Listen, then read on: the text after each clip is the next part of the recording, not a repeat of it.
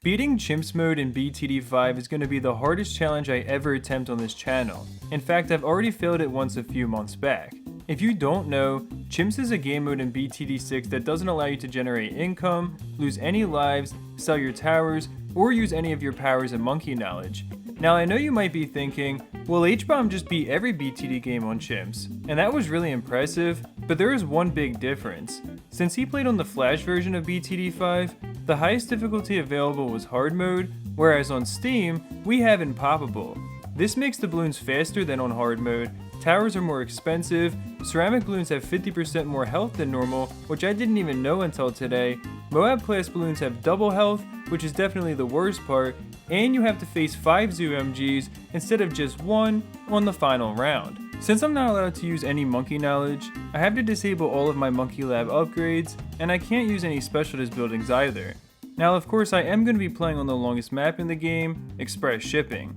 On round 1, I'll start with the 02 Dart Monkey, since that's all that I can afford now that I don't have the starting cash bonus from my monkey lab. You can see it's already starting to struggle against the blue balloons, but thankfully it didn't take long to afford the triple dart upgrade, which is one of the most cost efficient things in the entire game. I'm going to try saving up for a Dartling Gunner now, because I really think that it is by far the best 0-0 tower in the entire game. It has global range, decent pierce, and a really high fire rate right off the bat, not to mention that I can immediately see camo balloons as well. Once I was able to afford it, I had to settle on a spot, and I went with this corner back here, where the Dartling can fire down 2 different paths, and also can help the Dart Monkey out in the meantime. I'm also going to get a couple more 0-0 Dartlings before doing anything else, but I also got to get a bomb tower for the lead balloons on round 28. I'm planning on upgrading this into a Moab Mauler soon, because I'm hoping that will be the most effective way to deal with the double HP Moab on round 46. But in the meantime, I've been managing to get by with pretty minimal defense, which is allowing me to actually save up a bit of money,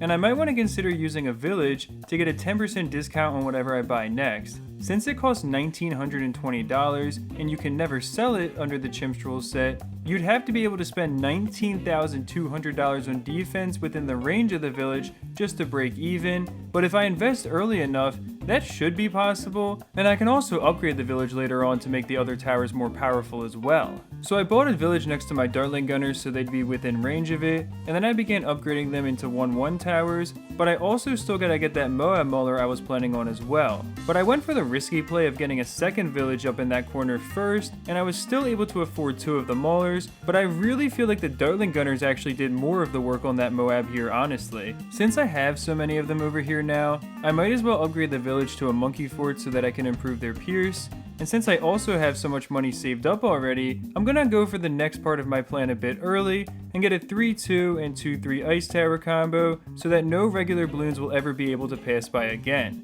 Eventually I will have to upgrade this village up here to an MIB so that they can pop all balloon types, but for now I should be good. Here comes the first BFB on round 60, and I knew this was going to be the true test because obviously double health on a BFB is very different than on just a Moab, but I was very surprised at how easily it actually went down, and this is a very good sign for my chances of beating this. The round 63 packed ceramics would normally be a problem, but since I have the ice tower so early, it's just a free money round now. The end of round 65 has a few Moabs and BFBs though, which was definitely a bit tougher for my defense. I do have a good bit of money to work with though. I'm just kinda hesitant to spend it because I know I can't sell anything since I am playing under the Chimps rule set. Well, these camo balloons are starting to get a bit out of hand, and my Dartling Gunners are currently the only thing I have that can detect them, so I might as well upgrade this village to an MIB now, since I was gonna need that soon anyways, and then of course the camo detection allows all the other towers up here to destroy the rest of the balloons. I also got the faster spin barrel upgrade for all my Dartling Gunners, since I was really still skeptical that they were doing more work than all my Moab Maulers. But all the BFBs on round 77 showed me that I might be wrong about that, because they were making it really far, so I also invested in some more Moab Maulers after all. This combination of defense was doing surprisingly well in the very late game, with the ice towers handling all the balloons up to ceramics, including the 500 camo regrow rainbow balloons on round 82, thanks to being in the range of an MIB of course, and then the Dartling Gunners and Moab Maulers were working well together to tear down all the Moabs and BFBs. I started buying Moab assassin abilities at the very end, because they come back pretty quickly, and this is a long map, and I also really think I'm going to need them specifically against the ZOMGs. Now round 84 is going down really well, which is definitely a good sign considering that it has 10 BFBs and 50 Moabs, but just like I thought, the double health ZOMGs on round 85 are a whole different beast entirely. They kept on tanking so much damage and I really had to focus on just popping one at a time. I was definitely starting to make some progress though, but I also had to slow down the game and kind of take my Dartling Gunners off of them so that I could make sure that no regular balloons slipped by. I guess I should have had my ice towers at the end of the track instead of the beginning. Eventually I was able to pop the last ZOMG, but with how intense things were getting, I definitely knew I could lose at any moment.